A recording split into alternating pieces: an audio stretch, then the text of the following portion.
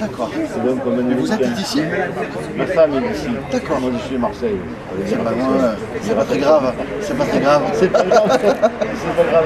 Oh non, vous inquiétez pas, c'est pas le problème. Comment est-ce que vous la sentez cette campagne au jour d'aujourd'hui? Eh bien écoutez, cette campagne, c'est une campagne intéressante pour nous, pour deux raisons.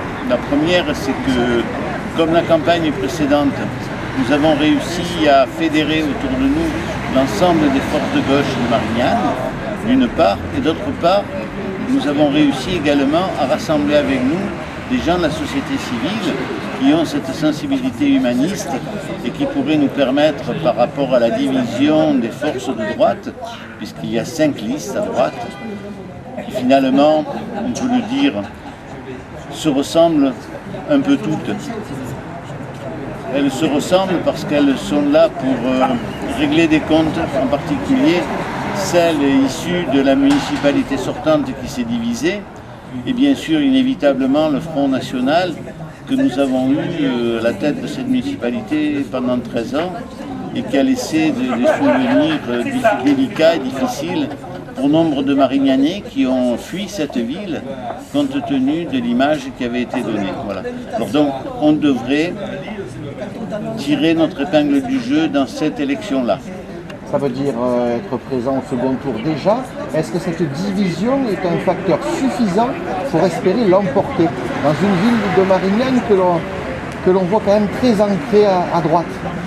Oui, c'est une image que Marignane garde d'ancrage à droite depuis que la municipalité de Randeleuil, qui était quand même, il ne faut pas l'oublier, partie à l'origine des rangs de la gauche, a peu à peu évolué vers la droite, voire l'extrême droite.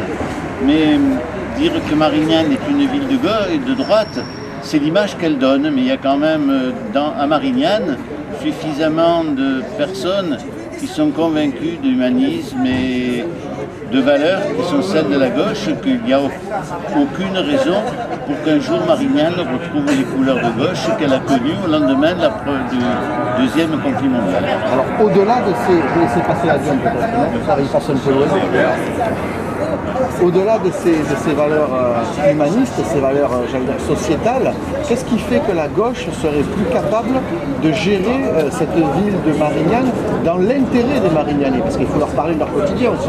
Je crois qu'on peut tout à fait leur parler de le quotidien, d'abord parce que nous avons été, un certain nombre d'entre nous, et j'en faisais partie, dans l'opposition municipale, et donc on a montré notre capacité à réagir dans l'intérêt des Marignanais, d'une part, et d'autre part, pourquoi la gauche ne réussirait-elle pas à Marignane mieux que la droite, ce d'autant que nous avons des pans entiers à reconstruire au niveau du social, au niveau de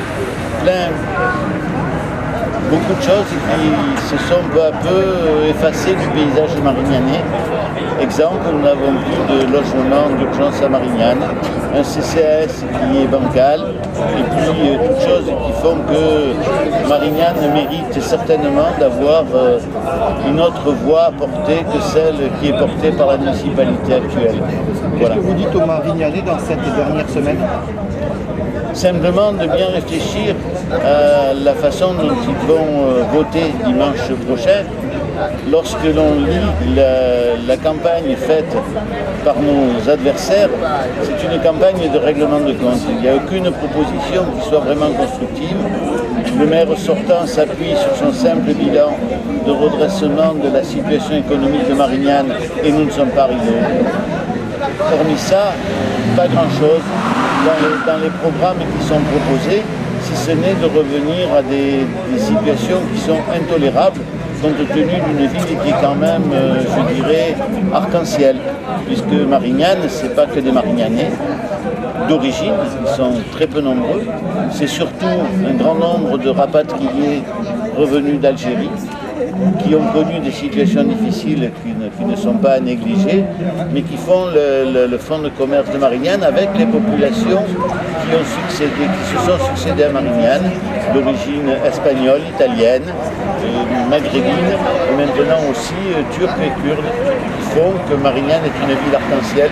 Alors pourquoi ne pas donner des couleurs arc-en-ciel à Marignane, plutôt que de vouloir se contenter de dire que Marignane est un beau village provençal entre mer et soleil?